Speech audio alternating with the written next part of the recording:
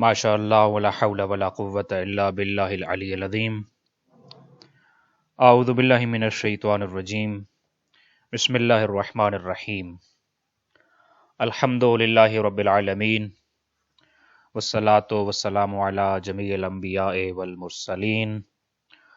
خصوصاً علی نبینا و شفیع ذنوبنا و حبیب قلوبنا و طبیب نفوسنا ابی القاسم محمد. اللہم صلی علی محمد وآل محمد وعلی آل بیتہ الطیبین الطاہرین المعصومین. اما بعد فقد قال اللہ تبارک و تعالی فی کتابہ المجید وفرقانہ الحمید وقولہ الحق وہو اصدق القائلین. اعوذ باللہ من الشیطان الرجیم. بسم اللہ الرحمن الرحیم. یا ایہا الذین آمنوا اتقوا اللہ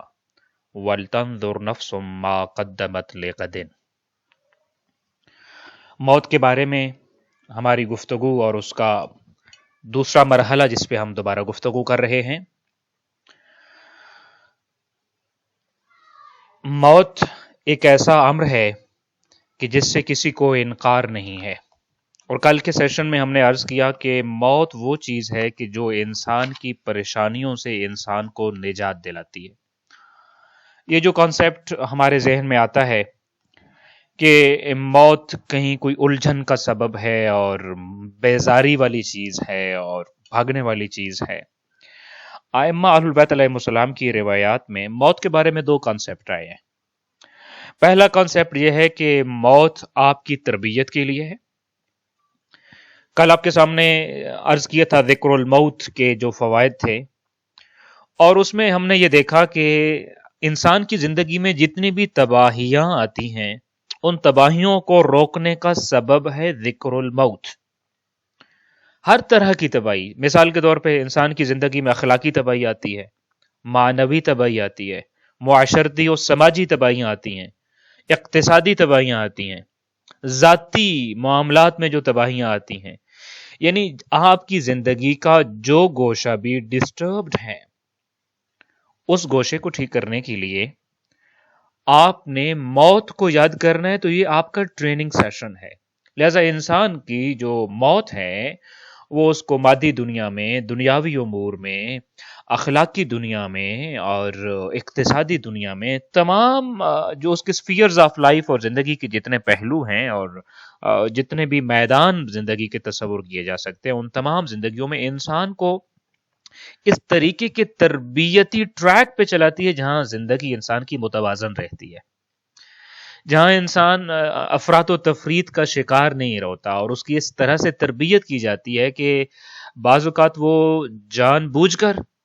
اور بعض اوقات اپنے ارادہ و اختیار سے موت کو یاد کرتا رہے اور موت اس کے سامنے آتی رہے، اور اس کے نتیجے میں وہ اپنے حتمی انجام کی طرف وہ نظر کرتا رہے گا اور خود کو گناہوں سے روکے گا اور دوسروں کے حقوق کو ضائع کرنے کی بجائے ان کو ادا کرنے کی کوشش کرے گا، جس سے معاشرہ، جس سے ذات، جس سے خاندان اور جس سے تمام انسانیت کا بھلا ہوگا اور تمام انسانیت بہتری کی طرف جائے گی. سو موت کا ایک پہلو تربیتی پہلو ہے کہ موت انسان کی تربیت کرتی ہے، اور جو موت کے ذریعے اپنی تربیت کرتا ہے. بہت سارے فرامین آپ کے سامنے عرض کر چکا ہوا ہوں کہ موت کس کس طرح سے انسان کی تربیت کر رہی ہوتی ہے. اچھا، میں نے کل آپ کے سامنے عرض کیا کہ دو طرح کے لوگ ہوتے ہیں. ایک وہ لوگ ہیں جنہوں نے اپنی زندگی میں موت کو لمحہ بلمحہ اور قدم بقدم یاد رکھا. ان کی زندگی کا آپ خود خلاصہ کیجئے. اور دوسرے وہ لوگ ہیں کہ جنہوں نے اپنی زندگی میں کبھی موت کو یاد نہیں کیا اور موت فراموشی کے مرحلے سے گزرتے رہے. ان دونوں لوگوں کی زندگیوں کا مطالعہ کیجیے اور اس پہ ریسرچ کیجیے. آپ کو ان میں سے جو زندگی بہتر لگتی ہے اور کامیاب لگتی ہے پھر اس کو چن لیجیے. مگر یہ گارنٹیڈ ہے کہ آپ کو وہی زندگی معیاری لگے گی، متوازن لگے گی، بیلنس لگے گی، کامیاب لگے گی کہ جس زندگی میں موت تربیت کے طور پہ بار بار انسان کے سامنے آتی رہی ہے. اچھا، البتہ ایک اور بات ذہن میں آ گئی، اور وہ بھی اگر آپ کے سامنے عرض کرتا چلوں کہ معصوم علیہ السلام سے پوچھا گیا کہ یہ جو موت ہے اس کو انسان بھول کیوں جاتا ہے؟ ایک 11ویں امام کا فرمان بھی آپ کے ذہن میں آپ کے سامنے عرض کیا تھا کہ جو پچھلا ہم نے سیشن کیا تھا کہ ایک صحابی آیا اور امام علیہ الصلوۃ والسلام کے پاس آ کر کہنے لگا کہ مولا میں آپ کے پاس آتا ہوں، مجھے موت یاد آ جاتی ہے، بہت ساری چیزوں کا عہد کر کے اٹھتا ہوں کہ اب میں نے اپنی زندگی کو اس طرح سے نہیں بلکہ موت کو سامنے رکھ کے گزارنا ہے، یہاں سے واپس جاتا ہوں دوبارہ دنیا میں مصروف ہو جاتا ہوں، چاہت اور خواہش یہ ہے کہ موت میری نگاہوں کے سامنے رہے تاکہ اگلے جان کی تیاری کرتا رہوں، مگر یہاں سے اٹھ جانے کے بعد آپ سے گھر واپس جانے کے بعد پھر یہ چیز باقی نہیں رہتی ہے، تو کیا کیا کروں؟ امام علیہ الصلوۃ والسلام نے اس کا ایک حل بتایا تھا کہ قدم مالا کا امامہ کا یسرک اللحاق بہ، کہ اس کا ایک آسان ترین حل یہ ہے کہ انسان کی پسندیدہ چیز جہاں پر ہوتی ہے اس کا دل اسی جگہ پر ہوتا ہے۔ آپ خود کہیں بھی بیٹھے ہوں، کسی بھی شہر میں بیٹھے ہوں، آپ کی جو بھی پسندیدہ ترین چیز ہے وہ دنیا کے جس خطے اور جس جگہ میں ہے آپ کا دل وہیں رہتا ہے، اور ہر لمحہ آپ کوشش بھی کرتے ہیں، خواہش بھی کرتے ہیں آپ وہاں پہ جائیں۔ مثلا کربلا ہماری پسندیدہ جگہ ہے، کربلا ہماری محبت ہے، کربلا ہمارا عشق ہے، ہم جہاں کہیں بھی رہتے ہیں سفر کربلا کا سن کر ایک دفعہ دل تڑپ اٹھتا ہے اور خواہش ہوتی ہے کاش ہم کربلا جا سکیں اور کربلا پہنچ سکیں۔ آپ کی جہاں پہ بھی پسندیدہ چیزیں ہوتی ہیں آپ وہیں جانا چاہ رہے ہوتے ہیں۔ تو امام علیہ الصلوۃ والسلام نے فرمایا تھا کہ ایسے ہے کہ انسان کو دنیا میں مال و دولت سے بڑا محبت ہوتی ہے، تو اس لیے اپنا مال و دولت اپنی اگلی زندگی کے لیے بھیجو۔ یسرک اللحاق بہ، آپ چاہو گے کہ جس مال و دولت کو آپ یہاں سے بیچتے رہے ہو، اور ظاہر ہے وہاں پہ میں دنیاوی لحاظ سے عرض کروں تو وہاں آپ کے پلاٹ خریدے جاتے رہے ہیں، وہاں آپ کے لیے کنسٹرکشن ہوتا رہا ہے، وہاں آپ کے محل بنتے رہے ہیں، تو آپ بھی تو چاہو گے کہ میں نے اتنا کچھ بھیجا ہے، ایک نظر دیکھوں تو صحیح وہاں کیا بنتا رہا ہے، کیسا ماحول ہے وہاں کا۔ تو 11ویں امام یہی فرماتے ہیں اپنا مال آگے بھیجیے، آٹومیٹیکلی آپ کا دل بھی آگے کے بارے میں سوچے گا، آپ کا خیال اور آپ کا فکر بھی جو ہے اگلی دنیا کے بارے میں زیادہ سوچے گا، اس دنیا کو اتنا پرائرٹی نہیں دے گا۔ چھٹے امام سے پوچھا گیا کہ ہم موت کو بھول کیوں جاتے ہیں؟ 11ویں امام کے صحابی سے وہ بات آگے آ رہی ہے کہ وہ صحابی 11ویں امام کے صحابی اور کہتے ہیں خواہش ہے موت یاد رہے مگر موت بھول جاتی ہے، پھر موت کو یاد کر کے ذہن کے سامنے لانا پڑتا ہے کہ میں نے مرنا بھی ہے، اس دنیا سے جانا بھی ہے۔ تو چھٹے امام سے جب یہی بات پوچھی گئی تو آپ نے فرمایا کہ لم یخلق اللہ عز وجل یقینا لا شک فیہ اشبہ بشک لا یقین فیہ من الموت۔ اس کا آسان الفاظ میں اگر یہ بتاؤں کہ موت سے جو غفلت ہے وہ کاروبار دنیا چلانے میں اور دنیا کو آباد کرنے میں اس موت سے غفلت کا بہت بڑا کردار ہے۔ یعنی اگر انسان کو اللہ کی ذات نے دنیا میں یوں پیدا کیا ہوتا اور اس انداز سے بھیجا ہوتا کہ موت ہر وقت اس کی نگاہوں کے سامنے رہتی، وہ موت سے کبھی غافل نہ رہتا اور ہمیشہ ہی اس کی یاد میں مضطرب رہتا، پریشان رہتا اور ہمیشہ اس کے سامنے رہتی، تو اس دنیا میں کبھی اس کا دل بھی نہ لگتا، اس دنیا میں ابھی کبھی اس کو سکون بھی نہ آتا، کبھی اس کو اطمینان بھی نہ ملتا، کبھی یہاں اس دنیا کی آبادی کی کوشش بھی نہ کرتا، اس دنیا کی رونقیں بنانے کی کوشش بھی نہ کرتا۔ میں اگر یوں کہوں کہ وہ ایک روحانی بیمار بن جاتا، جیسے دیکھیں ایک جسمانی بیمار ہوتا ہے، ایک ایسا شخص کہ جس کے علاج سے ڈاکٹر جو ہے وہ عاجز آ چکے ہوتے ہیں اور ان کو یقین ہوتا ہے کہ اب اس کا علاج ممکن نہیں ہے اور اب وہ یہ چند دنوں کا مہمان ہے، ڈاکٹر بھی علاج سے مایوس ہو چکے ہوتے ہیں، وہ خود بھی اپنی زندگی سے مایوس ہو چکا ہوا ہوتا ہے۔ اب اس قسم کی بیماری جس شخص کو لگی ہوئی ہو، اس مریض سے اگر ہم یہ توقع کریں کہ وہ بہت خوش رہے گا، وہ بڑی پلاننگ کر رہا ہوگا، وہ مزید چیزوں کو آگے سوچ رہا ہوگا اور اس دنیا میں بڑے سارے کام کرنا چاہ رہا ہوگا، تو یہ میرے خیال میں یہ توقع فضول ہے، بلکہ اس کے دن رات یقینی طور پہ اس پریشانی میں گزر رہے ہوتے ہیں کہ اس کی زندگی ختم ہو چکی ہوئی ہے اور وہ اب اگلے جہان کی طرف جانے ہی والا ہے اور کسی بھی لمحے ملک الموت آ کے اس کو اس جہان سے منقطع کر کے اگلے جہان میں لے جائے گا، اور اسی پریشانی میں اور اسی اضطراب میں رہتا ہے۔ اب جو روحانی بیمار ہوتا ہے جس کو موت سامنے نظر آ رہی ہے، وہ کسی طور پر بھی اس دنیا کو آباد کرنے میں اور اس دنیا میں اس کا دل نہ لگتا اور دنیا کی آبادی کے لیے اور یہاں رہنے کے لیے اور یہاں کے لیے کچھ بھی نہ کرتا۔ تو یہ اس چیز کو بیلنس رکھا گیا ہے، ہر وقت موت سامنے نہیں ہے، اس لیے فرمایا کہ دنیا کی واحد ایسی چیز ہے جو اللہ نے جس پر ہر شخص کو یقین ہے، یہ چھٹے امام کے فرمان کا آپ کو خلاصہ بتا رہا ہوں، دنیا کی واحد ایسی چیز کہ جس پر ہر ایک شخص کو یقین ہے، بلکہ ہر یقین سے بڑا یقین جس چیز کے اوپر ہے وہ موت ہے۔ لیکن دنیا کا کوئی شک بھی اس یقین کا مقابلہ نہیں کر سکتا ہے. یہ یقین ایسا کمزور ہے کہ دنیا کے تمام شکوں سے بھی نیچے جا کے اس مشکوک کی حالت میں ہوتا ہے، جس کے بارے میں نے پچھلی سیریز میں آپ کے سامنے عرض کیا تھا کہ جس کے بارے میں بلے شاہ کہتے ہیں کہ بولیا اسی مرنا نہیں گور پیا کوئی اور، کہ بلے شاہ ہم نے نہیں مرنا، یہ جنازے لوگوں کے ہم اٹھاتے رہیں گے، ہمارا جنازہ نہیں ہوگا، یہ قبر میری نہیں کسی اور کی ہے، یہ جنازہ میرا نہیں کسی اور کا، یہ غسل و کفن میرا نہیں ہوگا، یہ لوگوں کا ہوتا رہے گا اور میں کرتا رہوں گا. یہ چیز یہ بیلنس ہوتا ہے. کبھی جیسے میں نے ابھی عرض کیا آپ کے سامنے کہ موت، کبھی انسان اختیاری طور پر موت کو یاد کرتا ہے، کبھی غیر اختیاری طور پر اور غیر ارادی طور پر اس کو موت یاد آتی رہتی ہے اور پھر اس سے اس کی ٹریننگ ہوتی رہتی ہے. لیکن انسان اس زندگی کو لے کے چلتا رہتا ہے. ایک موقع ایسا آتا ہے موت سے پہلے کہ جب موت انسان کے سر پر پہنچ جاتی ہے اور غیب کے سارے پردے ہٹا دیے جاتے ہیں اور انسان فرشتوں کو دیکھ رہا ہوتا ہے، اور مرنے سے پہلے جیسے کل آپ کے سامنے عرض کیا عالم برزخ انسان کے سامنے آشکار ہو جاتا ہے. وہ جتنے اس کو آنے والے پیش آنے والے حالات ہیں نا، وہ سارے کے سارے اس کو دکھا دیے جاتے ہیں. جناب ابن عباس ایک روایت نقل کرتے ہیں کہ ما من مؤمن یحضرہ الموت،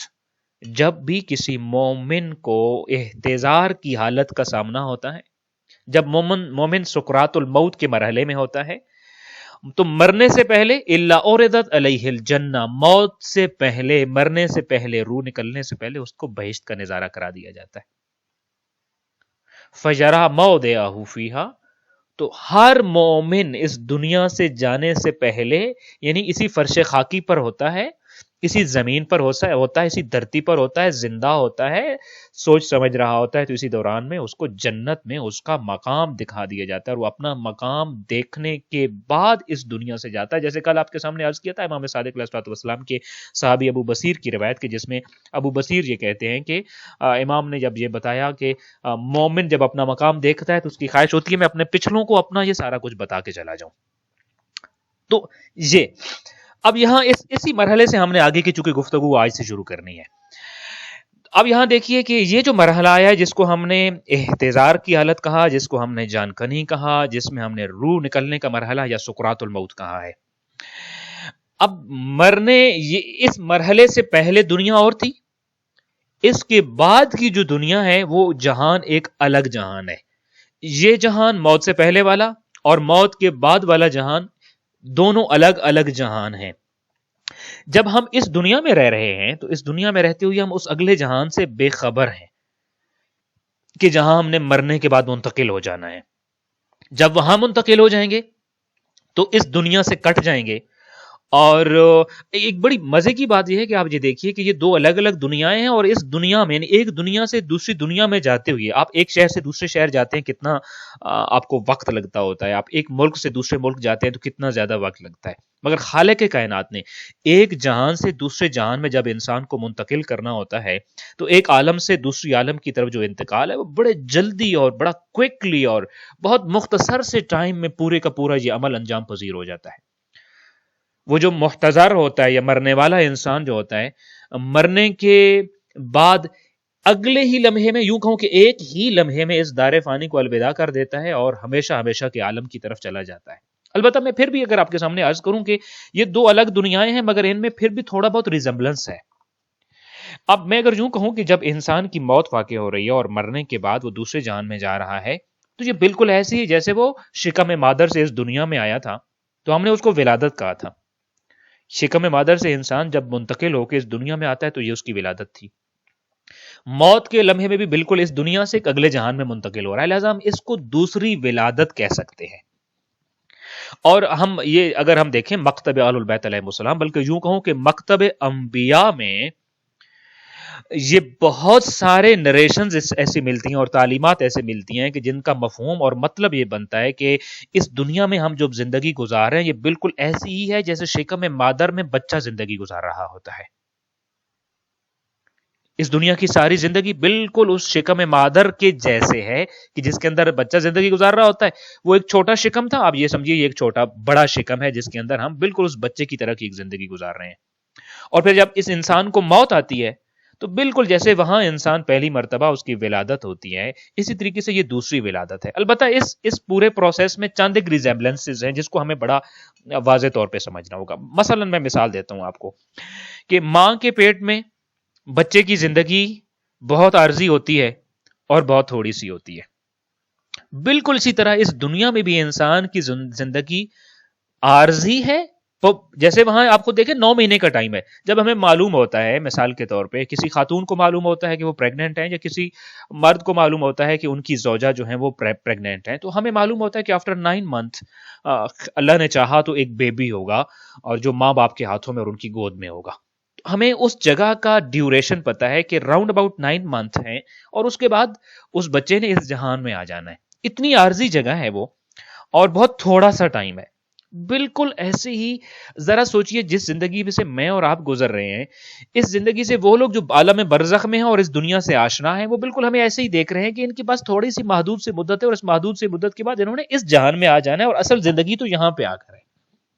جیسے ہم یہ سمجھ رہے ہوتے ہیں کہ بچہ اصل زندگی اس دن شروع کرے گا جس دن ہمارے اس عالم میں آ جائے گا، تو ہم اس کو کہتے ہیں برتھ ڈے، یعنی آج اس کی برتھ ہوئی ہے. حالانکہ اس کی روح کو خالق کائنات نے جب خلق کیا تھا اس کو کم و بیش 6-7 مہینے ہو چکے ہوتے ہیں. سو پہلی چیز، شکم مادر کا دورانیہ بھی بڑا عارضی ہے، بہت تھوڑا سا ہے. اسی طریقے سے اس دنیا کی زندگی بھی بہت عارضی اور بہت تھوڑی سی ہے. پہلی بات. دوسری بات، جیسے میں نے کہا مکتب انبیاء یہ کہتا ہے کہ یہاں بالکل ایسے رہو جیسے شکم مادر میں بچہ ہوتا ہے. تو وہاں کیا ہوتا ہے؟ جس طرح بچہ ماں کے پیٹ سے جب باہر آتا ہے، شکم مادر سے باہر آتا ہے، تو رحم مادر کے اندر کا جو ماحول تھا اور محدود سا اور چھوٹا سا ماحول تھا، اس کو ترک کر کے دنیا کے ایک وسیع ماحول کے اندر آ جاتا ہے. بالکل یہی بات کہ جب ہم اس دنیا سے آگے جا رہے ہوں گے، یہ شکم مادر کی طرح کی دنیا ہے، ہم جس ماحول میں جا رہے ہوں گے وہ بہت بڑا وسیع ماحول ہے، وہاں وسیع جہان ہے، جہاں کی ہر چیز فانی ہے، وہاں کی ہر چیز ہمیشہ رہنے والی ہے. اور تیسری اہم چیز، جیسے یہاں پہ بچے کا برتھ ہوتا ہے تو ہم جانتے ہیں کہ پلیسنٹا جو ہوتا ہے بچے کی ولادت کے مرحلے میں، تو اس سے بچے سے جدا کر کے زمین میں دبا دیا جاتا ہے، زمین میں دفنا دیا جاتا ہے، اس کو ضائع کر دیا جاتا ہے. وہ انسان جو بچہ پیدا ہوا وہ زندہ رہتا ہے، مگر اس کا پلیسنٹا جو ہے وہ اس کو ضائع کر دیا جاتا ہے اور دفنا دیا جاتا ہے زمین میں. اسی طریقے سے چونکہ یہ سیکنڈ برتھ ہے، یہ فرسٹ برتھ کی ایگزامپل ذہن میں رکھیے کہ فرسٹ برتھ میں یہ ہوا کہ بچہ زندہ رہا، انسان زندہ رہا، مگر اس کے ساتھ کی چیزیں جو برتھ کے ٹائم اس کے ساتھ تھیں ان کو اسے الگ کر دیا جاتا ہے اور ان کو دفنا دیا جاتا ہے اور ان کا ٹائم ختم ہو چکا ہوتا ہے. ایسے ہی جب انسان اس جہان سے اس جہاں میں جا رہا ہوتا ہے اور اس کی دوسری ولادت ہو رہی ہوتی ہے، تو ہم بالکل اسی طریقے سے دیکھتے ہوتے ہیں کہ مرنے کے ساتھ ہی یہ انسان جو ہوتا ہے اس دنیا کو جب الوداع کرتا ہے تو اس کی روح زندہ رہتی ہے، لیکن اس کا بدن جو رحم دنیا میں، جس دنیا میں میں اور آپ رہے ہیں، یہ رحم دنیا ہے. اس رحم دنیا میں اس کا جو بدن ہے، جو میرا اور آپ کا بدن ہے، یہ پلیسنٹا کی طرح ہے. لہذا بدن کو قبر میں دفنا دیا جاتا ہے جیسے پلیسنٹا کو دفنا دیا جاتا ہے بچے کی برتھ کے بعد، اور پھر ہمارا بدن بالکل اس پلیسنٹا کی طرح خاک میں مل کر مٹی بن جاتا ہے، اور ہماری جو روح ہوتی ہے ایک بڑے وسیع اور ایک بڑے عالی مقام میں منتقل ہو جاتی ہے اور ایک بہت بڑی دنیا میں منتقل ہو جاتی ہے. تیسری اہم ترین چیز جس کو ہمیں یہاں ذہن رکھنا، اس لیے آپ دیکھیں میرا اس دنیا میں کتنا ہی وقت ہے کہ جو اپنے جسم کو سنوارنے میں گزر رہا ہے. میرے اپنے جسم کے خد و خال ہیں، اس کا رنگت ہے، اس کی باقی جو جتنی بھی ضروریات ہیں جسم کی، جو خیال کیا جا رہا ہے اس خیال میں میری زندگی کا اکثر حصہ صرف ہو جاتا ہے. اور ہماری زندگی کا اگر اکثر حصہ اس پہ صرف ہو رہا ہے تو میں یہ ذہن میں رکھنا ہے کہ یہ تو بالکل پلیسنٹا ہے، یہ رحم دنیا ہے. پہلا رام رحم مادر تھا، یہ رحم دنیا ہے. رحم دنیا کی اصل چیز جس نے اگلی جہان میں منتقل ہونا ہے وہ میرا بدن نہیں ہے. آلدو اس کے بارے میں ایک بہت بڑی گفتگو ہے، لیکن یہ بدن منتقل نہیں ہو رہا بلکہ اصل چیز جو ہے وہ روح ہے. اس بدن کو تو زمین میں دفنا دیا جائے گا اور یہ بالکل پلیسنٹا کی طرح خاک ہو جائے گا اور ختم ہو جائے گا اور مٹی بن جائے گا. تیسری اہم چیز اس طریقے سے ہے کہ جس طریقے سے رحم مادر میں بہت آپ دیکھتے ہیں بارہا مائیں جو ہیں وہ لیبورٹریز میں جاتی ہیں، ٹیسٹ کراتی ہیں، اور آج کل کے زمانے میں ہر منتھلی مہینے میں جو ہے وہ دیکھا جا رہا ہوتا ہے کہ جنین کی پرورش کیسے ہو رہی ہے، بچے کے اعضاء ٹھیک بن رہے ہیں نہیں بن رہے ہیں، اس کو خوراک پوری مل رہی ہے یا نہیں مل رہی، کہیں ایسا نہ ہو اس کا کوئی اس دنیا میں رحم مادر میں کمزور ہو جائے، اس کو خوراک پوری نہ مل رہی، اس کو کوئی اور ایشو ہو رہا اور یہاں پہ آ کر بچے کے لیے پرابلمز بہت زیادہ ہو جائیں گے۔ لہٰذا ایک ایک عضو کے اوپر ماں باپ متوجہ ہیں، میڈیکل سائنس متوجہ ہے، اور ہر ایک چیز کا ٹیسٹ کیا جا رہا ہوتا ہے، بار بار ٹیسٹ کیا جا رہا ہوتا ہے کہ اب بچے کی پرورش کیسی ہو رہی ہے اور اس کے پرورش کے مراحل کیسے گزر رہے ہیں۔ چونکہ پلیسنٹا تو ختم ہو جانا ہے، اس بچے کے اس وجود نے آ کے زندگی گزار رہی ہے۔ بالکل اسی طریقے سے آپ ذرا غور کیجئے، رحم دنیا میں بار بار محاسبہ کرنے کا کہا گیا کہ بار بار اس چیز کا محاسبہ کرو جس نے اگلی جہان میں منتقل ہونا ہے، یہ نہ ہو کمزور جسم اور کمزور اعضاء اس چیز کے لے جاؤ جس نے اگلے جہان میں منتقل ہونا ہے، اگلے جہان میں میرے اور آپ کے اعمال نے منتقل ہونا ہے۔ تو ہمیں بالکل اسی طریقے سے جیسے ایک ماں لیبارٹری میں جاتی ہے اور ایک پریگننٹ خاتون لیبارٹری میں جا کر بار بار اپنے ٹیسٹ کرا رہی ہوتی ہے، اور وہ جنین کو ڈاکٹرز دیکھ رہے ہوتے ہیں، اسکرین کے اوپر دیکھ رہے ہوتے ہیں کہ جنین کی حالت کیا ہے، اس کی موومنٹ کیسی ہے، اس کی اعضاء کی پرورش کیسے ہو رہی ہے، بالکل اسی طریقے سے مجھے اور آپ کو کہا گیا ہے، بار بار کہا گیا کہ زندگی میں بارہا اپنا محاسبہ کرو اور ان چیزوں کو دیکھو جنہوں نے اگلے جہان تمہارے ساتھ جانا ہے، کہیں ایسا نہ ہو کوئی عضو کمزور رہ جائے، کہیں ایسا نہ ہو تمہارا نماز کا عضو کبھی کمزور رہ جائے، کہیں ایسا نہ ہو کہ تم جو انسانوں کے ساتھ سلوک کرنے کا جو پورشن تھا وہ کمزور رہ جائے اور اس جہان میں جاؤ، اور اس جہان میں یہ پورشن جب کمزور ہوگا تو تم معذور ہوگے اس جہان میں۔ جیسے خدا نہ خواستہ کسی بچے کا یہاں کوئی عضو رحم مادر میں اگر صحیح پرورش نہیں پکڑتا تو اس دنیا میں وہ معذور پیدا ہوتا ہے۔ ایسے ہی تیسری اہم ترین چیز جو مماثلت پائی جاتی ہے اور ریزمبلنس پایا جاتا ہے وہ یہ ہے کہ جس طرح بچہ ماں کے پیٹ میں پروان چڑھ رہا ہے تو اس کے اعضاء و جوارے تیار ہو رہے ہوتے ہیں، بالکل اسی طریقے سے ہم اس رحم مادر میں پروان چڑھ رہے ہیں اور میرے اور آپ کے اعمال تیار ہو رہے ہیں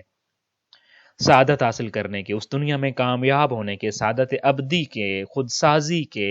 لہذا اپنے اعمال کو سنوارنا ہے ہم نے اس دنیا میں، تاکہ جب ہم اس دنیا سے اگلے جہاں میں شفٹ ہوں تو پلیسنٹا تو دفنا دیا جائے گا، لیکن وہ چیز جس نے اگلے جہان میں جا کے زندگی بسر کرنی ہے وہ صحیح و سالم ہو، وہ بہترین ہو، تاکہ اس میں کسی قسم کا فالٹ نہ ہو، وہ وہاں پہ جا کر باقی لوگوں کی نسبت کمزور نہ ہو، یا خدا نخواستہ ایسا نہ ہو اس کا وجود ہی نہ ہو، وہ وہاں اٹھ ہی نہ سکے، وہ وہاں اپنا وجود ہی قائم نہ کر سکے۔ لہٰذا عرض یہ کر رہا تھا آپ کے سامنے کہ دو جہاں، ایک مرنے سے پہلے کا جہان، ایک مرنے کے بعد کا جہان۔ مرتے وقت انسان کو ان دونوں جہانوں کے بارے میں تمام تر ڈیٹیلز مل جاتی ہیں اور وہ ساری ڈیٹیل کو دیکھ رہا ہوتا ہے کہ میں کس جہان میں ہوں اور اگلے جس جہان میں جا رہے ہوں وہاں میرا انجام کیا ہوگا۔ اس بات کو سمجھانے کے لیے آج کی باتیں تھوڑی زیادہ تھیوریٹیکل ہیں اور کل سے انشاءاللہ تعالی ان میں ذرا بہتر چاشنی اور واقعات اور اس کا زیادہ بہتر تجزیہ اور تحلیل ہو سکے گی، لیکن چند ایک چیزوں کو آج ہم ذرا اگر کر لیں گے تو کل سے ہم باقاعدہ طور پہ ایک بہتر انالیسس کر سکتے ہیں، مرنے کے لمحے کے دوران کے بھی اور مرنے کے بعد کے بھی۔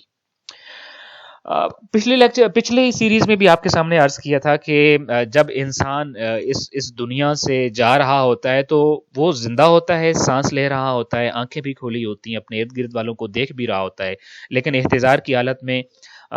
فرشتوں کا نزول ہو رہا ہوتا ہے، اس جہان کا دروازہ کھول دیا جاتا ہے، وہ اپنے انجام کو بھی دیکھ رہا ہوتا ہے، فرشتوں کو بھی دیکھ رہا ہوتا ہے، شیطان کے اس کے اوپر حملے ہو رہے ہوتے ہیں، شیطان کے ان حملوں کو بھی بڑے غور سے دیکھ رہا ہوتا ہے۔ یہ بات بظاہر فوراً سے سمجھ نہیں آ رہی ہوتی کہ یہ بات، میں اگر اس کو بلکہ یوں کہوں کہ یہ بات کہہ تو دی گئی کہ ایسا ہوتا ہے، مگر میں اس بات پہ یقین کیسے پیدا کروں یا اس بات کو کیسے سمجھوں کہ زندہ ہوتا ہے تو زندہ حالت میں کیا کچھ دیکھ رہا ہے، ملائکہ کو کیسے دیکھتا ہے، جنت کو کیسے دیکھتا ہے، جہنم کو کیسے دیکھتا ہے، اس بات کو سمجھیں کیسے؟ اس بات پر عقیدہ ضرور ہے، سمجھنے کے لیے اس بات کو ذہن کے قریب کرنے کے لیے آپ کو ایک مثال دیتا ہوں۔ آپ ایک کمرے میں موجود ہیں اور آپ کے کمرے میں موجود آپ کا ایک روم میٹ سویا ہوا ہے۔ اب فرض کیجئے کہ وہ سوئے ہوئی حالت میں وہ ایک خواب دیکھ رہا ہے۔ اب ذرا دیکھیے، ایک ہی کمرے میں ایک ہی فضا میں موجود ہیں آپ، مگر وہ ایک الگ جہان میں، آپ ایک الگ جہان میں ہیں۔ جب آپ اس کمرے میں بیٹھے آپ اپنے مکمل ہوش و حواس میں ہیں، لیکن وہ جو سویا ہوا ہے جس جہان میں موجود ہے اور جو کچھ وہ خواب میں دیکھ رہا ہے، جو مناظر دیکھ رہا ہے، اس جہان سے آپ یکسر بے خبر ہیں۔ اس کا ذہن میں کیا چل رہا ہے، وہ کن چیزوں کی تصویر کشی ہو رہی ہے، کون کون سی سٹوریز اس کو دکھائی جا رہی ہیں, کیا خواب کے مناظر دیکھ رہا ہے, اچھے خواب کے مناظر ہیں, برے خواب کے مناظر ہیں, خواب دیکھ بھی رہا ہے یا ویسے سویا ہے, وہ آپ مکمل طور پہ بے خبر ہے. اسی طریقے سے وہ جو آپ کے کمرے میں آپ کے پاس موجود ہے, آپ دیکھ رہے ہیں اس سانس بھی لے رہا ہے, اگر اس کی نبض پہ ہاتھ لگائیں تو نبض بھی چل رہی ہے, بالکل صحیح سالم زندہ حالت میں آپ کے سامنے لیٹا ہوا ہے اور آپ ہی کے کمرے میں موجود ہے. مگر کیا وہ جانتا ہے کہ آپ کیا کر رہے ہیں؟ آپ سے اور آپ کی پوری دنیا سے بالکل یکسر بے خبر ہوتا ہے, بلکہ وہ تو اپنے خواب میں مگن ہوتا ہے. جس جہان میں اور جیسا خواب وہ دیکھ رہا ہے اسی طرح کی سوچیں اور اسی طرح کی چیزیں اس کے سامنے چل رہی ہوتی ہیں.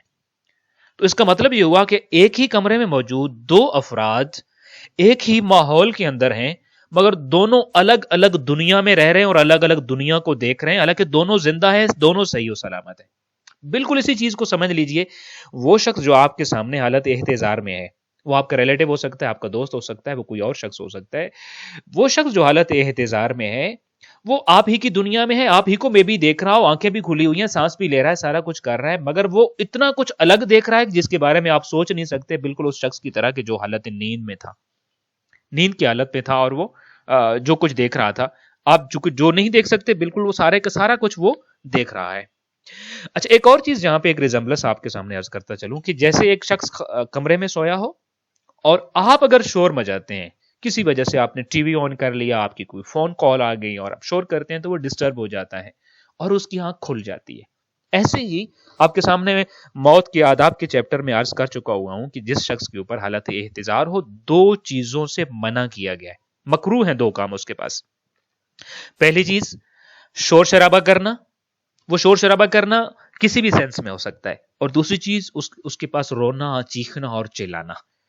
یہ بالکل اس سوئی ہوئی اور اس نیند والی حالت میں اگر آپ سمجھیں گے تو کیوں, چونکہ ایک نئے عالم کا وہ نظارہ کر رہا ہے, اور یہ بڑی مشکل مراحل ہوتے ہیں کہ جب انسان ایک دنیا کو چھوڑ کے دوسری دنیا میں جا رہا ہوتا ہے, اور یہ ان 3 دنوں میں سے ایک دن ہے جو انسان کی زندگی کا سخت ترین دن ہوتا ہے, اور حقیقت میں یہ سب سے سخت دن ہے. لہٰذا اس کے سامنے, اس کے موجودگی میں اگر آپ شور شرابہ کرتے ہیں, چیختے چلاتے ہیں, روتے ہیں, تو اس کے لیے اس جہان کو دیکھنا, آبزرو کرنا اور اس جہان کو ایکسپٹ کرنا مشکل ہو رہا ہوتا ہے. لہٰذا یو ہیو ٹو ہیلپ ہم, آپ نے اس کی ہیلپ کرنی ہے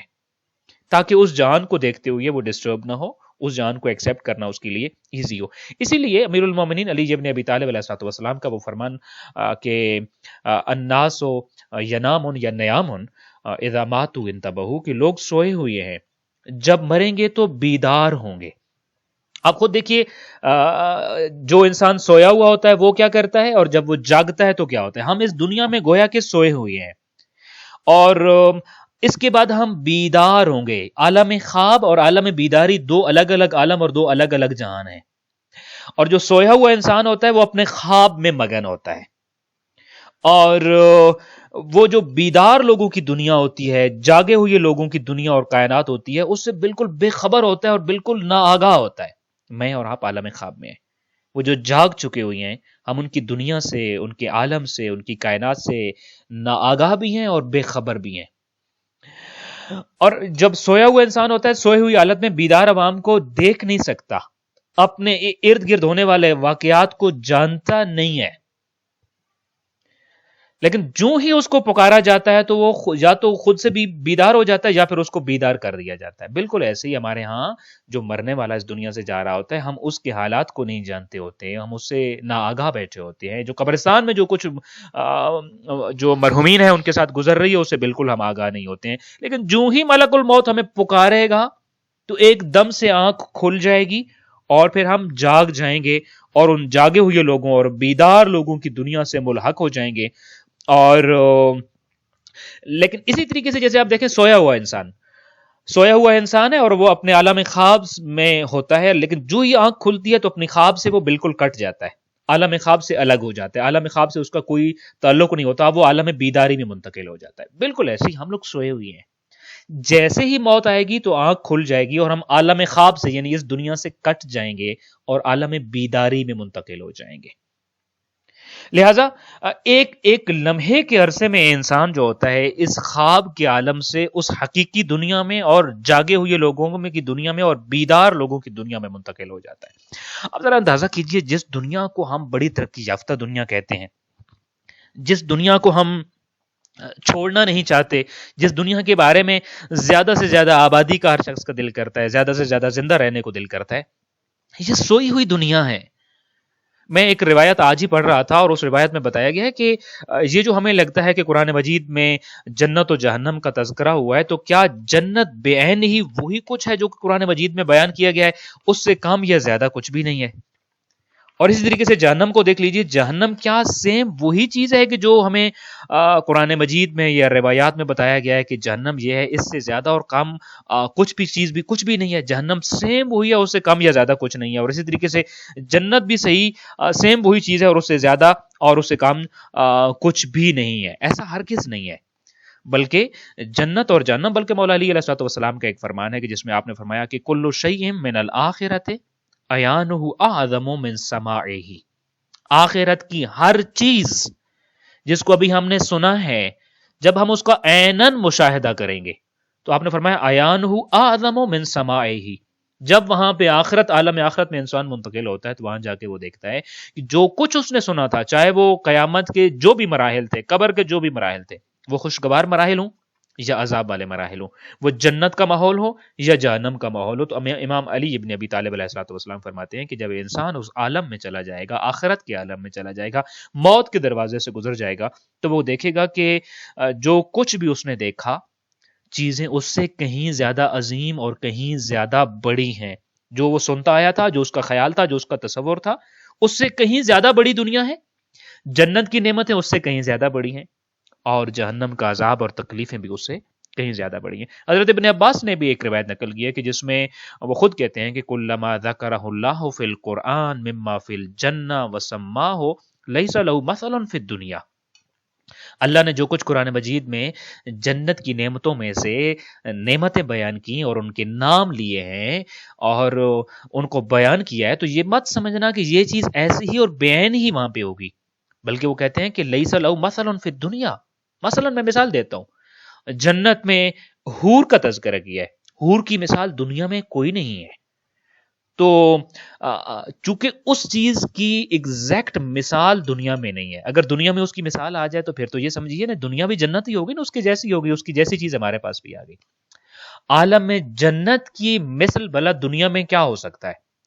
تو قرآن مجید میں جو کچھ بھی تذکرہ ہوا جنت کے حوالے سے، اسی طریقے سے جہنم کے حوالے سے، وہ جہنم جو اللہ کے غضب سے تپ رہی ہے، اس کے مثل تو دنیا میں کچھ بھی نہیں ہے۔ لہذا جنت و جہنم کے حوالے سے جو کچھ بیان کیا گیا ہے، یہ وہ اس کی چونکہ ایگزیکٹ تصویر دنیا میں موجود نہیں تھی، تو ابن عباس کہتے ہیں وَلَكِنْ سَمَّاهُ اللَّهُ بِالْإِسْمِ الَّذِي يَعْرِفُهُ، کہ اللہ تعالیٰ نے قرآن مجید میں جو تذکرہ کیا اور نام لیا ہے، تو دنیا میں ان جیسی کوئی چیز تو موجود تھی نہیں، لیکن اللہ نے تعارف کے طور پر ہر نعمت کا وہی نام لیا ہے جو اس دنیا میں متعارف ہے، یعنی اس کے قریب ترین، اس سے ملتی جلتی جو چیز ہمارے پاس دنیا میں تھی، اللہ تعالیٰ نے اس کا نام لیا ہے۔ وگرنہ جنت بھی اس سے عظیم جو ہم سوچتے ہیں اور جس کا ہمیں علم ہے، اور جہنم بھی اس سے کہیں بڑی اور کہیں دردناک اور تکلیف اور سختیوں والی، جو کچھ ہمیں معلوم ہو چکا ہے اور جس کے بارے میں ہم ابھی جانتے ہیں۔ تو یہ دو عالم ہیں۔ ابھی ہم ہیں عالم خواب میں، موت آنے کے بعد انسان جاگ جائے گا اور جاگنے کے بعد جس عالم کے بارے میں اس نے خواب دیکھا تھا، وہ عالم اب وہ اس کو وہاں پہ جا کے نظر آئے گا، مگر جو نظر آ رہا ہے وہ بہت عظیم ہے اور وہ بہت بڑا ہے۔ اور بعض روایات میں ملتا ہے کہ جب مرنے والا اس دنیا سے انتقال کرتا ہے اور اس دنیا میں سے جا رہا ہوتا ہے، تو اس کو پورے کا پورا اس کا انجام دکھا دیا جاتا ہے، کیا وہ نیک تھا یا کیا بد تھا۔ بلکہ امام صادق علیہ الصلوۃ والسلام کے ایک صحابی ہیں اور وہ آئے امام صادق علیہ الصلوۃ والسلام کے پاس اور انہوں نے پوچھا کہ آپ یہ فرمائیے فرزند رسول کہ کیا یہ بات صحیح ہے کہ جو شخص خدا کی ملاقات کو پسند کرتا ہے، اللہ بھی اس کی ملاقات کو پسند کرتا ہے، اور جو شخص اللہ کی ملاقات کو پسند نہیں کرتا اور اس کے لیے تیار نہیں ہوتا اور اس کے لیے آمادہ نہیں ہوتا، تو اللہ کی ذات بھی اس سے ملاقات کرنے کو پسند نہیں کرتی اور اس سے ملاقات کو اچھا نہیں سمجھتی؟ کیا یہ صحیح ہے جو میں نے سنا ہے کہ من احب لقاء اللہ احب اللہ لقاءہ، جو اللہ سے ملاقات پسند کرتا ہے اللہ بھی اسے ملاقات پسند کرتا ہے، ومن ابغض لقاء اللہ ابغض اللہ لقاءہ، جو اللہ سے ملاقات کو ناپسند کرتا ہے، اچھا نہیں سمجھتا، خالق کائنات بھی اس سے ملنے کو ناگوار کر سمجھتا ہے اور پسند نہیں کرتا۔ کیا یہ صحیح ہے؟ تو امام علیہ الصلوۃ والسلام نے فرمایا بالکل ایسا ہی ہے۔ اب صحابی کی تشویش بڑھ گئی، فکر بڑھ گئی، پریشانی زیادہ ہو گئی. وہ کہنے لگا قلت فواللہ انا لنکرہ الموت. فرزند رسول، اگر بات ایسے ہے کہ جو اللہ سے ملاقات کو ناپسند کرے، خالق کائنات بھی اسے ملنے کو اچھا نہیں سمجھتا اور ناپسند کرتا ہے، تو خدا کی قسم ہمیں تو موت ناپسند ہے. موت یعنی ملاقات خدا کے ساتھ، تو ہم تو خدا کے ساتھ ملاقات کو پسند نہیں کرتے. تو اس کا مطلب یہ ہوا کہ خالق کائنات بھی ہم سے ملاقات کو پسند نہیں کرتا. امام علیہ الصلوۃ والسلام اپنے صحابی کی الجھن کو فوراً سمجھ گئے اور آپ نے فرمایا کہ بات ایسے نہیں جیسے تم سمجھے ہو. لیس ذالک حیث تذہب، جو مطلب تم نے سمجھا اس کا یہ ہرگز مطلب نہیں ہے کہ من احب لقاء اللہ احب اللہ لقاءہ ومن ابغض لقاء اللہ ابغض اللہ لقاءہ. اس جملے کو تم نے غلط سمجھا ہے. جملہ ٹھیک ہے مگر اس کا معنی تم نے غلط سمجھا ہے. اچھا تو فرزند رسول آپ فرمائیے اس جملے کا معنی کیا ہے؟ امام علیہ الصلوۃ والسلام نے فرمایا انما ذالک عند المعاینہ. یہ جملہ اس وقت کے بارے میں ہے کہ جب حالت احتضار میں پردے ہٹا دیے جائیں گے، منظر انسان اپنا دیکھ لے گا، انجام اپنا دیکھ لے گا. انجام دیکھنے کے بعد انسان کی دو حالتیں ہوں گی. ظاہر ہے یا تو انجام اچھا ہے اور اس کے سامنے نعمتیں ہیں، بہشت کے باغات ہیں، خالق کی کائنات کی رضائیں ہیں، ائمہ اہل البیت علیہ السلام کا پڑوس ہے اور اس پڑوس میں وہ ان کا پڑوسی بنتا ہے اور اس کا محل ہے جو ائمہ اہل البیت علیہ السلام کے محلے میں اس کو نظر آتا ہے. یا تو یہ منظر دیکھے گا. ظاہر ہے اس منظر کو دیکھنے کے بعد کس کا جی چاہے گا کہ اس دنیا میں رہے، اس آزمائشوں والی دنیا میں رہے اور اس دنیا میں نہ جائے. یا یہ منظر جب انسان زندہ ہے مگر حالت احتضار اس کے اوپر آ چکی ہوئی ہے، یا یہ منظر ہے. یا پھر دوسرا منظر کیا ہوتا ہے، حجابات اٹھا دیے گئے اور اس نے اپنا انجام دیکھ لیا. دنیا میں اس کے پاس اچھائیاں کم تھیں یا نہ ہونے کے برابر تھیں، اور دنیا میں جس طریقے سے اس نے زندگی گزاری تھی اس نے دیکھا ہے کہ اس کا آخرت میں انجام اچھا نہیں ہے. اس کے لیے عذاب ہے، اس کے لیے سختیاں ہیں، اس کے لیے تکلیفیں ہیں، اس کے لیے درد ہے اور الم ہے، اس کے لیے آگ ہے اور زنجیریں ہیں، اس کے لیے سانپ ہے اور بچھو ہے. اب یہ دو منظر میں سے کیوں ایک منظر تو انسان ضرور بضرور دیکھتا ہے. تو امام علیہ الصلوۃ والسلام فرماتے ہیں کہ انما ذالک عند المعاینہ، پردے ہٹ جانے کے بعد اپنا انجام دیکھ لینے کے بعد وہ جو منظر دیکھتا ہے تو اس منظر کے ساتھ اس جملے کا تعلق ہے. اس منظر میں حالت احتضار میں ملک الموت کے آنے کے بعد انجام دیکھنے کے بعد من احب لقاء اللہ احب اللہ لقاءہ، اب اس لمحے میں جو اللہ سے ملاقات چاہتا ہے، خدا کے ہاں جانا چاہتا ہے، خود آگے جانا چاہتا ہے، خالق کائنات بھی اس کی ملاقات کو پسند فرماتا ہے. اور آگے وہی جانا چاہتا ہے جس نے موت کی تیاری کی تھی، جس نے اگلے جہان میں اپنی آبادیاں لگائی ہوئی تھیں. بڑی عجیب سی بات ہے اور میں اکثر اس مثال کو بیان کرتا ہوں، غالباً پچھلے عشرے میں بھی آپ کے سامنے بیان کی ہو. ہم دنیا میں دیکھتے ہیں دو طرح کے لوگ آباد ہیں ہر شہر میں، یا وہ اپنے مالک کے مکان خود آباد ہوتا ہے یا کسی کے مکان میں کرائے والا رہتا ہے. یعنی یا تو آپ اپنے مکان میں خود آباد ہیں یا پھر آپ کسی کرائے کے مکان میں رہتے ہیں. بڑا فرق ہے کرائے کے مکان میں رہتے ہوئے اور اپنے مکان میں رہتے ہوئے. جب انسان کرائے کے مکان میں رہتا ہے تو یہاں کرائے کے مکان میں اس کو پتا ہوتا ہے یہ میں نے عارضی طور پہ رہنا ہے، یہ میرا اپنا ذاتی گھر نہیں ہے. لہٰذا اس گھر میں مثال دیتا ہوں بننے کے بعد کیا ایسا ہو سکتا ہے کہ وہ یہ کہے کہ نہیں مجھے جو کچن کی جو شیلفز بنی ہوئی ہیں مجھے پسند نہیں ہے، اور کچن میں جو ٹائل لگا ہوا ہے یہ مجھے پسند نہیں ہے، اور یہ جو واش روم ہے ان کے اندر کا ٹائل مجھے پسند نہیں ہے، فلانی چیز پسند نہیں ہے، اور وہ سارا گرا کے دوبارہ سے بنائے اور پہلے سے زیادہ خرچ کر کے اور پہلے سے زیادہ خوبصورت بنائے، ہو بھی کرائے کا مکان. اور جو لوگ کرائے کے مکانوں میں رہتے ہیں وہ بڑی اچھی طریقے سے جانتے ہیں آپ کرایہ بھی ادا کر رہے ہو اور یہ بھی پتا ہو عارضی طور پہ ہوں، کیا پتا اگلے مہینے یہاں نہیں ہوں گا اور کیا پتا اگلے سال یہاں سے جا چکا ہوں گا، اور یہ میرا عارضی ٹھکانہ ہے، اس کے بعد میں نے اپنے گھر میں منتقل ہونا ہے. آپ کبھی بھی کرائے کے علاوہ اس مکان پر قابل ذکر خرچ اخراجات نہیں کریں گے، کریں گے بھی تو نہ ہونے کے برابر. کبھی بھی آپ اس کا ڈیزائن بدلنے کی کوشش نہیں کریں گے، کبھی بھی آپ اس کو زیادہ سہولیات والا اس طرح سے بنانے کی کوشش نہیں کریں گے کہ مثال کے طور پہ میں اس کی چھت پہ سیلنگ نہیں لگی ہوئی ہے تو میں وہ لگوا دوں، اس کی دیواریں جو ہیں وہ موٹی نہیں ہیں تو اس سارے کو گرا کر موٹی دیواریں بنا دوں تاکہ موسم کی حدت و شدت کم سے کم اس کو نقصان پہنچائے. اس میں جو اس کے فرش پہ ٹائل لگائی گئی تھی تو یہ مجھے پسند نہیں ہے تو یہ ساری اکھڑوا کے نئی ٹائل لگا دوں، ہوں بھی کرائے پہ، کرائے کے مکان میں. انسان کا پرابلم یہ ہے وہ اس دنیا میں کرائے کے مکان میں رہ رہا ہے، یہ اس کا اپنا گھر نہیں ہے. کون کہتا ہے یہ اس کا اپنا گھر ہے؟ آج دن تک کسی، وہ جو میں نے آپ کے سامنے روایت بیان کی تھی کہ انسان کے 3 دوست ہیں اور 3 دوستوں کے پاس وہ موت کے وقت جاتا ہے، تو اس میں سے یہ جو اس دنیا کا جو گھر ہے، یہاں کا مال و دولت میں کیا آتا ہے؟ میرا گھر ہے، میری گاڑی ہے، میری پراپرٹی ہے، میری ساری چیزیں. موت کے وقت جب انسان ان سے مدد لیتے ہیں تو کیا جواب ملتا ہے؟ کہ میں تمہارا نہیں ہوں، میں تو تمہارے وارثوں کا ہوں. یعنی وہ کسی اور کا ہے، وہ بعد والوں کا ہے. جو بھی بعد میں یہاں کے آباد ہو جائے گا یہ ان کا ہے. وہ بعد والے کون آباد ہوں گے، کیا کریں گے، اس سے کوئی تعلق ہی نہیں جب انسان اگلے جان میں چلا جاتا ہے. تو جب انسان نے اپنے انجام کو دیکھ لیا، اس انجام کو دیکھنے کے بعد اگر اس کا انجام خیر ہوتا ہے تو یقیناً من احب لقاء اللہ احب اللہ لقاءہ، وہ چاہتا ہے اس عارضی دنیا کو، اس کرائے کے گھر کو چھوڑ جائے، اپنے گھر میں منتقل ہو، زیادہ سہولتوں والے گھر میں منتقل ہو، زیادہ بڑے گھر میں منتقل ہو، زیادہ خوبصورت گھر میں منتقل ہو، زیادہ عالیشان محل میں منتقل ہو جائے. لہذا ایسے بندے سے خالق کائنات بھی ملاقات پسند کرتا ہے، اسے راضی ہو کر ملاقات کرتا ہے. اور اگر منظر الگ ہو، حجابات اٹھے، اور حجابات اٹھنے کے بعد انسان کا منظر یہ بنا کہ وہ دیکھتا ہے کہ فرشتوں نے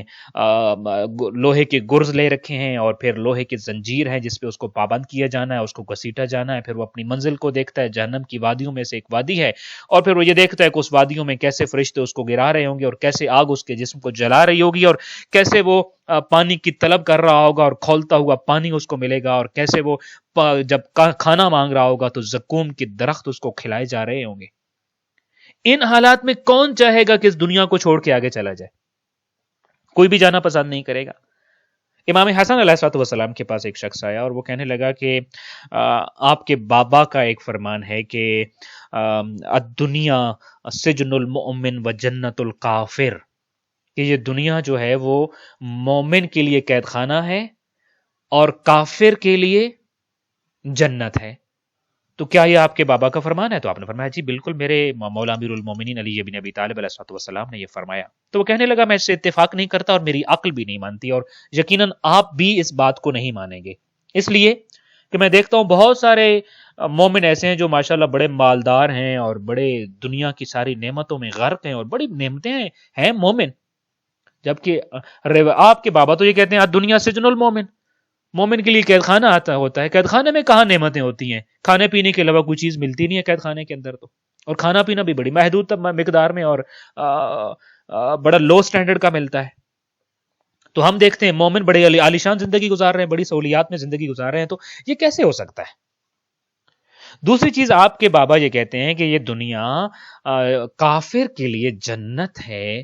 تو ہم یہ دیکھتے ہیں کتنی کفار ہیں جو قسم پرسی کی زندگی گزار رہے ہیں، جن کے لیے کھانے پینے کے لیے، جن کے پاس کھانے پینے کو کچھ نہیں ہے، جن کے پاس رہنے کو مکان نہیں ہے، جن کے پاس پہننے کو لباس نہیں ہے، جبکہ آپ کے بابا تو کہہ رہے ہیں کہ کافر کے لیے جنت ہے. تو یہی منظر اس کے سامنے بیان کیا امام حسن علیہ السلام نے. آپ نے فرمایا تم ٹھیک کہہ رہے ہو. اور فرض کرو ایک مومن جو اس دنیا میں نعمتوں میں غرق رہا اور بے تحاشا اللہ کی ذات نے اس کو نعمتیں دی، ان نعمتوں کو چھوڑ کے جب اس جہان میں جا رہا ہوگا اور وہاں جا کر اپنے آخری موت کے لمحے میں اپنا حقیقی منزل کو دیکھے گا کہ وہاں اس کے لیے کون سا محل ہے اور کون کون سی نعمتیں ہیں. ان نعمتوں کے ساتھ جب اس دنیا کی نعمتوں کا مقابلہ اور مقایسہ کرے گا اور کمپیریزن کرے گا تو اس کو لگے گا میں تو قید خانے میں تھا، یہ کون سی نعمتیں تھیں جو دنیا میں مجھے میسر تھیں اور جن پر مجھے ناز تھا، یا جس پہ دنیا والے کہتے تھے کہ یہ تو بڑی نعمتوں میں موجود ہیں. قیامت کے مقابلے میں اس کو جو دنیا میں نعمتیں موجود تھیں، آخری ٹھکانے کے مقابلے میں کرائے کے گھر میں جو اس کے پاس نعمتیں موجود تھیں، اس کو بالکل ایسی لگے گا جیسے قید خانے میں رہا ہو. اور کافر اس آخری لمحے میں زندگی میں جب دیکھ رہا ہوگا کہ مرنے کے بعد اس کے لیے کون کون سے عذاب اللہ کی ذات نے تیار کر رکھے ہیں، تو دنیا میں بھوکا پیاسا ہی کیوں نہ رہا ہو، اس کو لگے گا اس کے مقابلے میں دنیا میں تو وہ جنت میں تھا، یہاں تو اتنی بڑی کوئی الجھن نہیں تھی، کوئی اتنی بڑی پریشانی نہیں تھی. لہذا امام علیہ السلام نے یہ فرمایا کہ یہ جو فرمان ہے کہ من احب لقاء اللہ احب اللہ لقاءہ، یہ اس وقت کی بات ہے جب موت سامنے آئے گی. ومن ابغض لقاء اللہ ابغض اللہ لقاءہ، جو خدا سے ملنا پسند نہیں کرتا، خالق کائنات بھی اس کی ملاقات کو ناپسند کرتا ہے. یہ اس وقت کی بات ہے جب ملک الموت آیا ہوا ہوگا اور اس کا انجام دکھا کر روح قبض کرنا چاہ رہا ہوگا، اور روح ملاقات پسند نہیں کرتا ہوگا، تو وہ جان لے کہ اس کا انجام بد ہے اور اس کا انجام برا ہے. لہذا انسان جب اس دنیا سے جا رہا ہوتا ہے تو اسی دنیا میں یہیں پر بھی اس کو اپنا اس کا انجام دکھا دیا جاتا ہے. بلکہ ایک بڑی خوبصورت سی بات ہے کہ جو انسان کی موت ہے نا، یہ زندگی کا نچوڑ ہوتی ہے. کہ انشاءاللہ تعالیٰ کل کا لیکچر ہم یہیں سے آغاز کریں گے، لیکن ایک آخری بات جس کو میں کنیکٹ کرتا چلوں یہاں پر، انسان کی موت اس کی زندگی کا نچوڑ ہے اور اس کی زندگی کا ماحصل ہے. لہذا جس مقام اور جس نہج پر موت ہو، اسی نہج پر زندگی شمار کی جائے گی. اب دو باتیں یہاں آپ کے سامنے پھر عرض کروں کہ ماتا ولم یارف امام زمان ہی ماتا میتت الجاہلیہ. موت کے بارے میں کیوں بات کی کہ جو اس دنیا سے رخصت ہوتا ہے، ماتا جس کو موت آتی ہے، ولم یارف امام زمان ہی، اور اپنے امام زمانہ کی معرفت اس کے پاس نہیں ہوتی ہے. ماتا میتت الجاہلیہ، تو اس کی موت جاہلیت کی موت ہے. یعنی کیا مطلب؟ کس کی زندگی کیسی تھی اس کا دار و مدار ہے، کسی کی موت کیسی ہے. اگر کسی کی موت جہالت کی موت ہے تو اس کا مطلب اس کی زندگی بھی جہالت کی زندگی تھی. مجھے امام زمان علیہ السلام کی معرفت صرف اپنی موت کے لمحے کے لیے نہیں چاہیے، بلکہ میری موت میرا فیصلہ کرے گی کہ میری زندگی کیسی تھی. موت ہی فیصلہ کر رہی ہوتی ہے کہ کسی بھی انسان کی زندگی کیسی ہے. اگر مرتے ہوئے کوئی کہہ رہا فزت ورب الکعبہ، تو معلوم ہوتا ہے بخدا وہ زندگی کے قدم قدم پہ کامیاب رہا ہے. جو مرتے ہوئے یہ جملہ کہہ رہا ہو، جو دنیا سے رحلت کرتے ہوئے یہ جملہ کہہ رہا ہو، وہ اپنی موت کے لمحے میں وہ اپنی جو ہے وہ زندگی کا اعلان کر کے جا رہا ہے کہ میری زندگی کس طریقے سے گزری تھی. لہذا کسی بھی شخص کی موت جو ہے اس کی زندگی کا نچوڑ ہے. دوسری بات جو اسی ضمن میں عرض کرنا چاہتا ہوں، تو بہت اہم ہے کہ میری موت، ہماری موت کس انداز میں ہو رہی ہے. لہٰذا امام خمینی کا وہ جملہ جو آپ کے سامنے عرض کر چکا ہوں کہ اگر مجھے یقین ہو کہ میری ایک ہی دعا قبول ہوگی، تو وہ جو ایک دعا میں مانگوں گا اور جس کے بارے میں مجھے یقین ہوگا کہ یہ قبول ہوگی، وہ حج بیت اللہ کی نہیں ہوگی، وہ زیارت کربلا کی نہیں ہوگی، وہ دنیا کے کسی اور عمل کی نہیں ہوگی، بلکہ ایک جو دعا مانگوں گا وہ یہی دعا ہوگی کہ پروردگارا میرا خاتمہ بالخیر فرما اور مجھے حالت ایمان میں موت نصیب فرما. چونکہ موت اگر خیر پہ آئی، موت اگر حالت ایمان میں آئی، تو اس کا مطلب ہے کہ موت میری زندگی کا ماحصل ہے، میری زندگی کا نچوڑ ہے، میری زندگی کا نتیجہ ہے. لہٰذا بہترین زندگی اور اس کا بہترین قسم کا اجر آگے ملے گا. لیکن مرنے کے ٹائم ہی اگر انسان کے پاس ایمان نہ ہوا اور اگر ایمان رخصت ہو گیا، تو اس کی موت اس کی زندگی کا نچوڑ اور ماحصل تھی. لہٰذا اس کی زندگی سے اس کو کچھ بھی نہیں ملا. لہٰذا زندگی کے آخری مرحلے میں اس کا نتیجہ اس کو دکھا دیا جاتا ہے کہ یہ تمہاری زندگی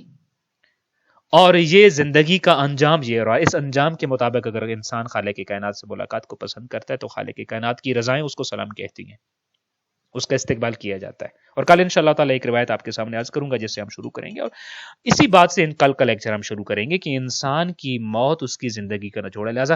کیا کوشش مجھے اور آپ کو کرنی چاہیے کہ کس حالت میں موت ہے، اور موت سے پہلے ہمیں اپنی زندگی کا نچوڑ کس طریقے سے لوگوں کے سامنے کس انداز سے رکھنا چاہیے. دعائے خالق کائنات ہمیں اپنی زندگی میں انشاءاللہ تعالی ہمیشہ موت کو یاد رکھنے اور موت کی تیاری کرنے کی توفیق عطا فرمائے. ہمیں ہماری زندگی میں اعمال صالحہ کو انجام دینے اور اعمال سیئہ سے اجتناب کرنے کی توفیق عطا فرمائے. واجبات کا پابند بننے، محرمات سے پرہیز کرنے والا انسان بننے کی توفیق عطا فرمائے. خالق کائنات سے دعا ہے خالق کائنات ہمارا خاتمہ بالایمان فرمائے، خاتمہ بالخیر فرمائے، حالت ایمان میں اور حالت توبہ میں ہم موت نصیب فرمائے. اس دنیا میں 12 زیارت قبر حسین اور آخرت میں شفاعت مادر حسین کا حقدار بنائے. السلام علیکم ورحمۃ اللہ وبرکاتہ.